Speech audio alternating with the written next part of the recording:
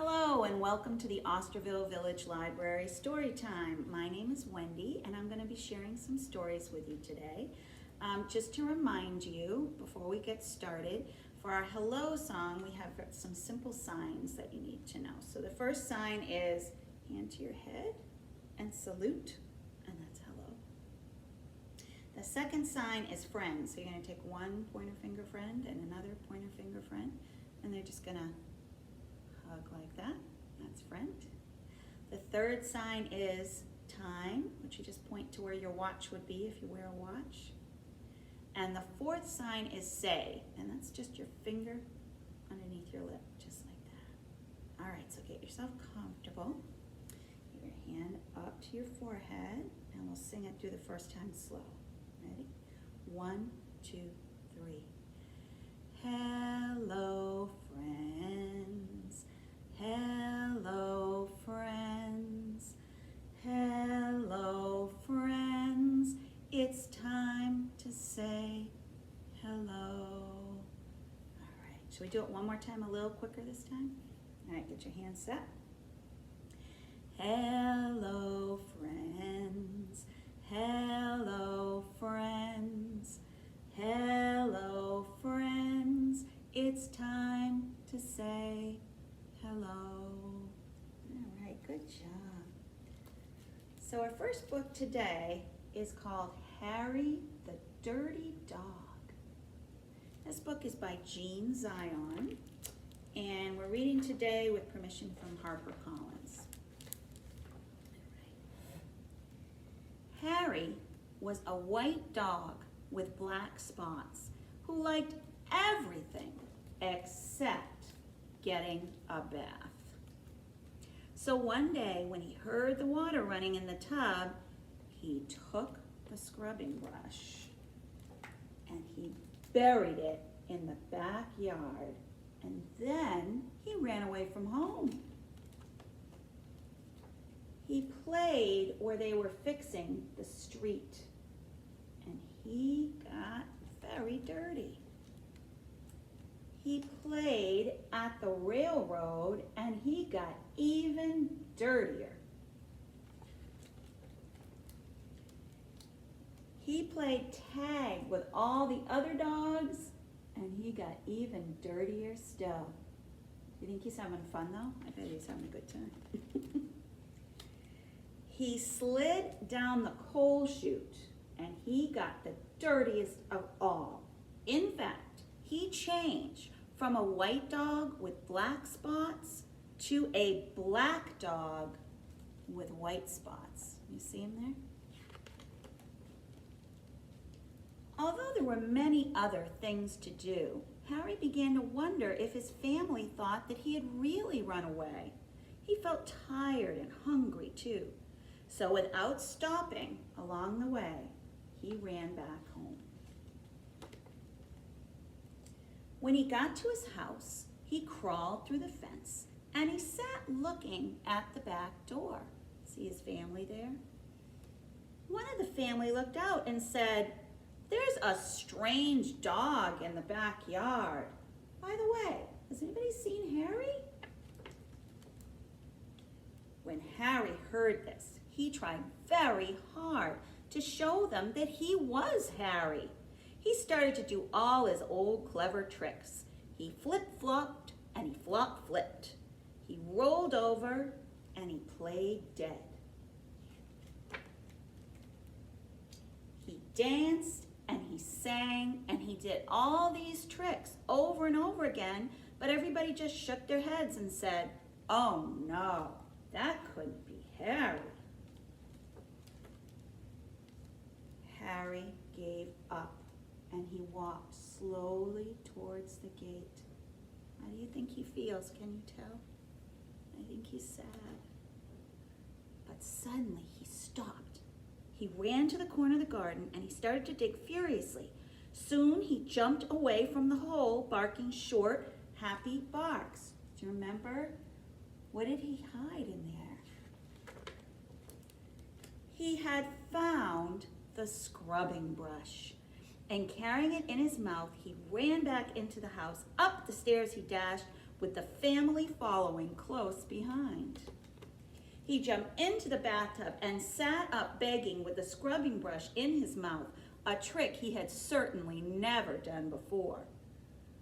"This little doggy wants a bath," cried the little girl, and her father said, "Well, why don't you give him one?" Harry's bath was the soapiest one he had ever had. It worked like magic. As soon as the children started to scrub, they began shouting, "Mommy, Daddy, look, look, come quick, it's Harry, it's Harry, it's Harry." Harry wagged his tail and was very, very happy. His family combed and brushed him lovingly, and he became again a white dog with black spots. It was wonderful to be home, and after dinner, Harry fell asleep on his favorite place, happily dreaming of how much fun it had been getting dirty.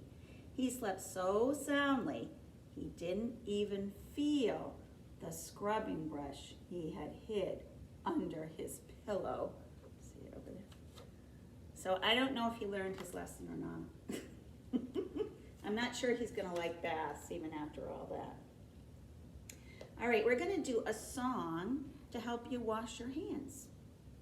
So it starts off on the tops of your hands and it moves to the bottom, like that. All right, ready? We'll do it slow first time. 1, 2, 3. Tops and bottoms, in between, scrub them all together, now they're clean, squeaky clean. Let's do it one more time. I bet you could even do this while you were washing your hands. This would be another good song to sing. Tops and bottoms, in between, scrub them all together, now they're clean, squeaky clean.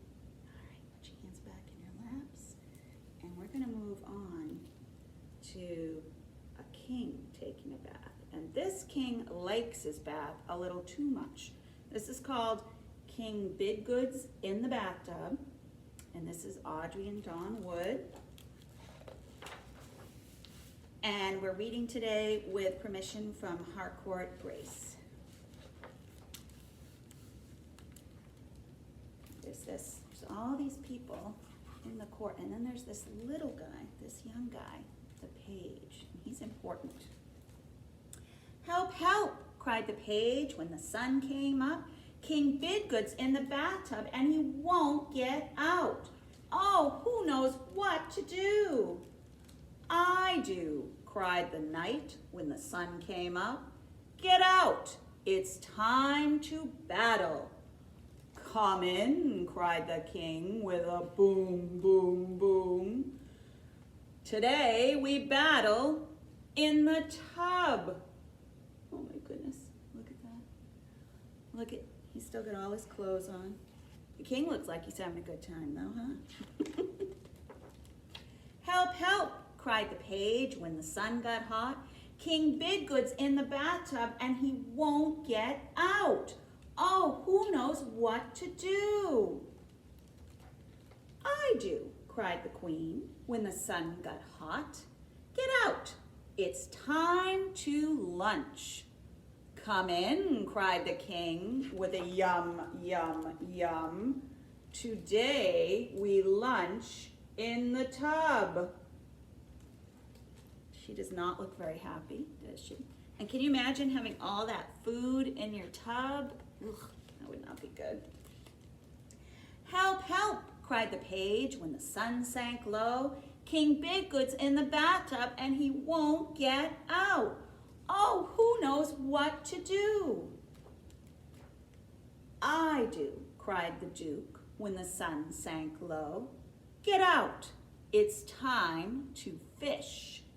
"Come in," cried the king with a trout, trout, trout.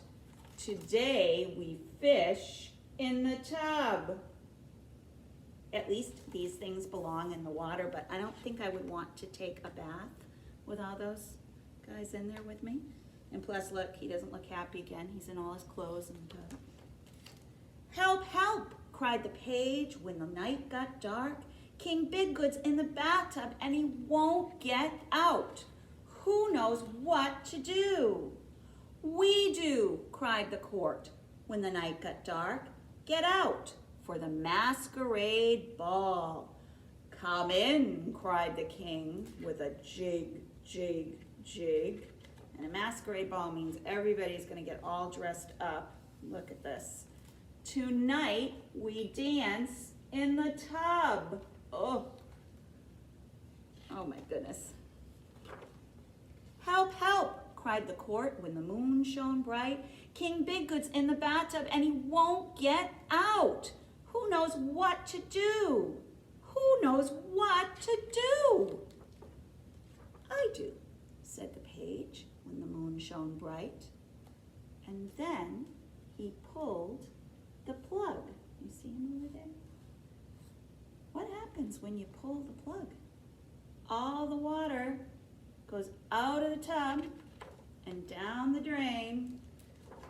Glub, glub, glub. And then he had to get out, didn't he? He had no more water. So who was the smart one in this story? It wasn't the grown-ups, right? It was the kid, the page. All right, shall we stand up because we've been sitting a bit? So let's stand up. All right, ready? And you're gonna reach your hands way up tall like this. Reach for the sky, tall as you can. Touch the floor. Now let's stand up and do some more. Touch your head, then your knees, now your shoulders, like this. You see? Reach for the sky, tall, tall, tall. Touch the floor. That's all there is. There isn't any more. All right, now you sit right back down on your bottom. Last story is another person, not a person though, a snake, who doesn't like to take a bath. And this one is called To Bathe a Boa. So a boa is a big snake. And this one is by C. Kudrina. And we are reading today with permission from Carol Rhoda Books.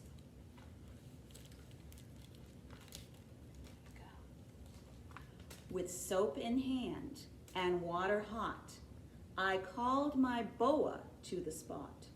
It's dinner time, I sweetly lied, but not a sound did he reply. As silent as a mouse can be, my grubby boa hid from me, refusing always to be scrubbed. Oh, how he hates that steaming tub. I shook his box of boa chow and hoped the sound would lure him out. But he refused to show his face outside his secret boa place. Fed up with hide and seek type games, I call my warning as I came. Prepare for battle if you must. This time I vow, it's clean or bust. I looked inside his boa house and I found he wasn't there. I peeked into his room and saw his favorite chair. At last, I searched the bedroom, where I noticed in a bit that he had hidden in the toy box, but his tail did not quite fit. Actually, kind of all of him doesn't fit. We can really see him, but look, he's put on nose and glasses. Would that fool you? Aha! I squealed and grabbed him fast, but holding him just couldn't last, for a boa has no greater wrath than when he doesn't want a bath. We tossed, we tumbled, we fell, we rolled, he slithered and swayed, but I held my hold. Then with a twist in snake-like style, he threw me off into a pile. Back on my feet and chasing fast, I caught him in a tighter grasp. This time I knew I had to win and get him to that tub and in. Then finally, with bath in view, I gave a shove, but he did too. And tail over feet, boa over limb, we hit the water, first me, then him. I should have known that I'd get wet, for every time I bathe my pet, this very thing is what I see. My boa ends up scrubbing me. Look at him at the end, doesn't he look funny? He's got his scrub brush, he's got his shower cap. Alrighty.